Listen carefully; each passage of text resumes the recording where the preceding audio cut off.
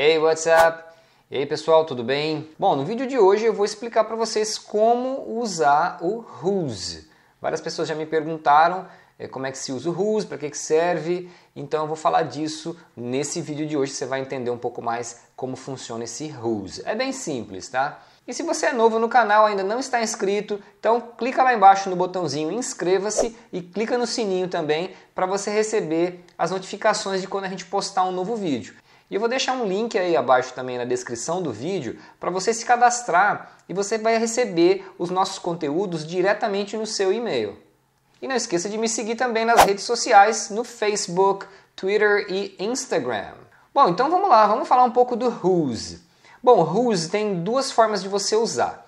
Ele pode ser usado para você fazer perguntas, então ele pode ser uma question word, ele é uma question word, e nesse caso ele significa de quem. Então deixa eu dar alguns exemplos de frases para você ver como que você vai utilizar o whose para perguntar de quem. Então eu poderia perguntar, por exemplo, whose car is that? Whose car is that? Então aqui eu estou perguntando de quem é aquele carro. Uma coisa interessante é que quando você for usar o whose, você sempre vai colocar primeiro o whose, depois o objeto ou substantivo a qual você está se referindo, ao que você está perguntando de quem é. Então, no caso, eu falei whose car, tá vendo? Whose, depois o objeto, né? O substantivo que eu estou me referindo, que é o carro. E o restante da pergunta. No caso dessa pergunta, simples, is that, né? Então, de quem é aquele carro? Porque muitas vezes em português a gente faz isso em outra ordem, né? Fica fora de ordem se você for comparar com o inglês. Mas em inglês isso é bem estável, vai ser sempre assim. Whose, o objeto e o restante da frase. Então lembra sempre que você for perguntar de quem é alguma coisa, você sempre pergunta de quem a coisa é, tá? Então essa é a ordem que você vai fazer em inglês.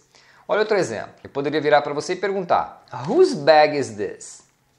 Whose bag is this? De quem é essa sacola? Só lembrando que bag pode ser uma sacolinha de compras, pode ser uma bolsa também. Agora olha esse exemplo. Eu poderia perguntar assim, ó: whose cell phone did you use? Whose cell phone did you use? Então aqui eu estou perguntando o celular de quem você usou. Ou você usou o celular de quem? Em português a gente poderia falar dessas formas. Em inglês só vai ter uma possibilidade. É você colocar o whose no começo, o objeto, no caso é o cell phone, e o restante da frase. Então você viu que ficou whose cell phone. Então eu estou querendo saber o celular de quem e o restante da frase. Did you use? Você usou. Entendeu como é que fica? Eu poderia dizer também: whose goals are we talking about here? Mine or yours? Whose goals are we talking about here? Mine or yours? Então aqui eu perguntei: nós estamos falando dos objetivos de quem? Os meus ou os seus? Mas isso que eu falei em inglês vai ficar whose goals. O whose é o de quem e goals são os objetivos. E aí você tem o restante da frase. Eu poderia também dizer: and whose fault is that? Mine? And whose fault is that? Mine? E de quem é a culpa? Minha? Fault é culpa. Então, whose fault? A culpa de quem? Whose turn is it now? Whose turn is it now? É a vez de quem agora?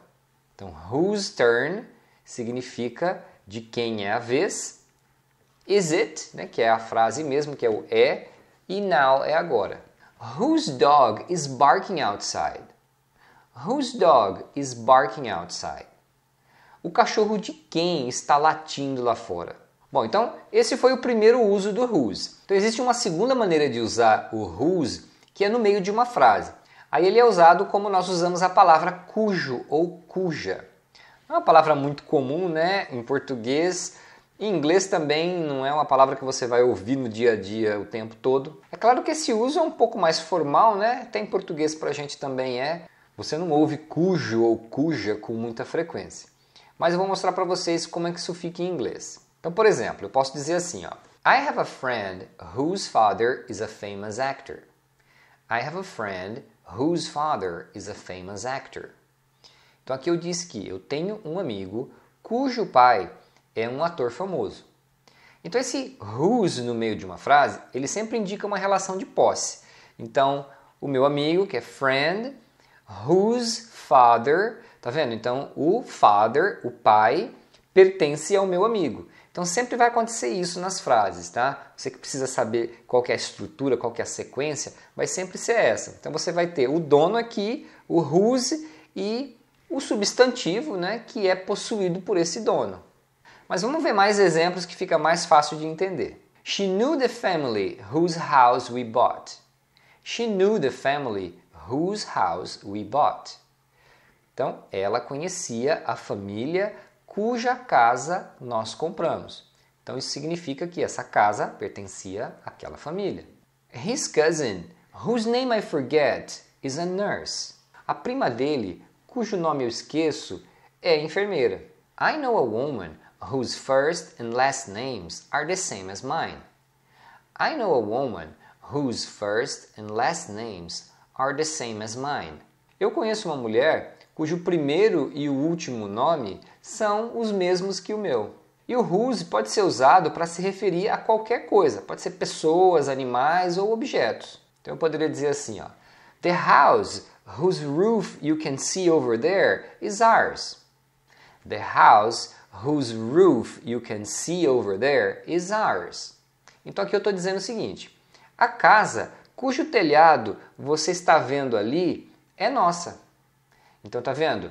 The house whose roof. Então eu estou falando de uma parte que pertence à casa, né? O telhado pertence à casa. Então essas são as duas formas de você usar whose. E não esquece de dar um like aí pra gente e a gente se vê na próxima. See you next time.